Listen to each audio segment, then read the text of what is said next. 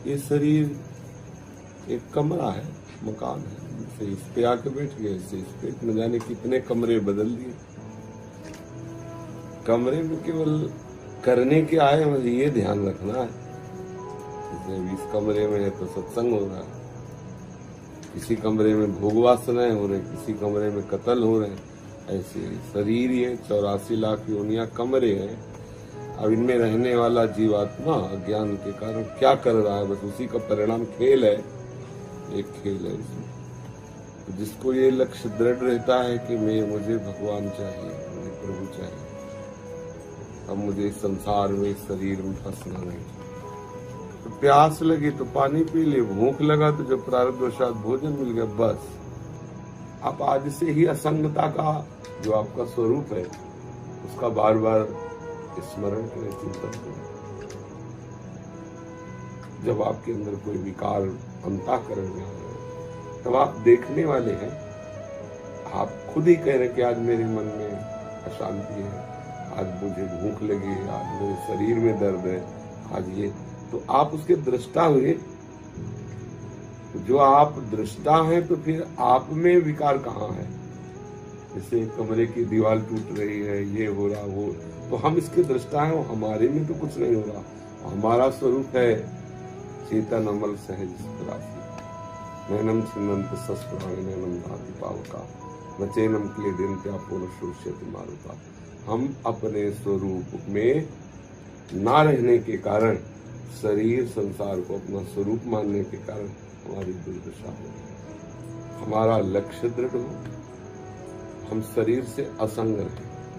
तो 3 शरीर हैं, स्थूल शरीर ये जो पंचभूतों द्वारा रचित है, चित्त जल पावक गगन समीरा, और सूक्ष्म शरीर 5 ज्ञानेंद्रियां, 5 कर्मेंद्रियां, 5 प्राण, मन बुद्धि चित्त अहम, ये सब सूक्ष्म शरीर। सतोगुण रजोगुण तमोगुण से मिश्रित जो स्वभाव है, कारण शरीर है।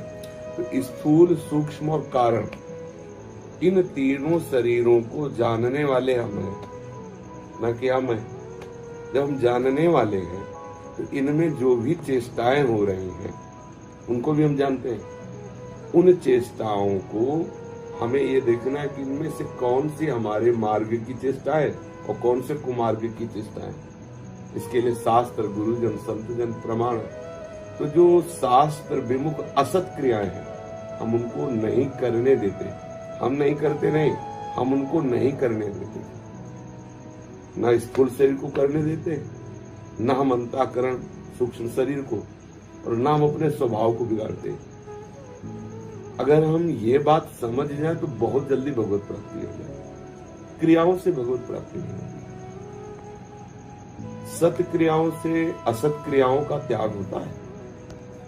जब असत क्रियाओं का त्याग होता है तो हृदय निर्मल हो जाता है, शांत हो जाता है, और सहजानंद प्रकाशित होता है, जो हमारा स्वरूप है। बहुत ध्यान देने योग्य विषय है। सत क्रियाओं से भी स्वरूप की प्राप्ति, भगवत प्राप्ति नहीं होती। अब ये कोई मतलब कहेंगे कि सत क्रियाओं से भगवत प्राप्ति नहीं होती। सत क्रियाओं से असत क्रियाओं का त्याग होता है, क्योंकि क्रिया होगी, और क्रिया 2 ही प्रकार है, सत क्रिया और असत क्रिया, निषेधात्मक और विधि। तो विधि वाली क्रिया करने से आपका हृदय जो अपवित्र हो रहा था, जो अशांत हो रहा था, वो शांत और पवित्र हो जाएगा। जेव ही शांत और पवित्र हुआ, तेव ही जैसे जल चंचलता रहित हुआ और निर्मल हुआ, उसमें क्या है वो दिखाई देगा। ऐसे ही पवित्र अंतःकरण में आत्मस्वरूप का प्रकाश, आनंद प्रतिबिंब पड़ता रहता है। अब उसे सहजानंद की स्फूर्ति, जो उसका स्वरूप है, साधन से समझे, कोई आनंद का वर्धन नहीं हुआ। जो आनंद हमारा स्वरूप है स्वाभाविक, वो साधन से असाधन का नाश हुआ। तेवी निर्मलता और शांत चित्त होने के कारण वो जो स्वरूपानंद है वो झलकने लगा। अब उसका मन, बुद्धि, शरीर सब ब्रह्ममय हो गया, सब आनंद। इतनी खास बात समझिए। यदि स्थूल शरीर और सूक्ष्म शरीर और कारण शरीर से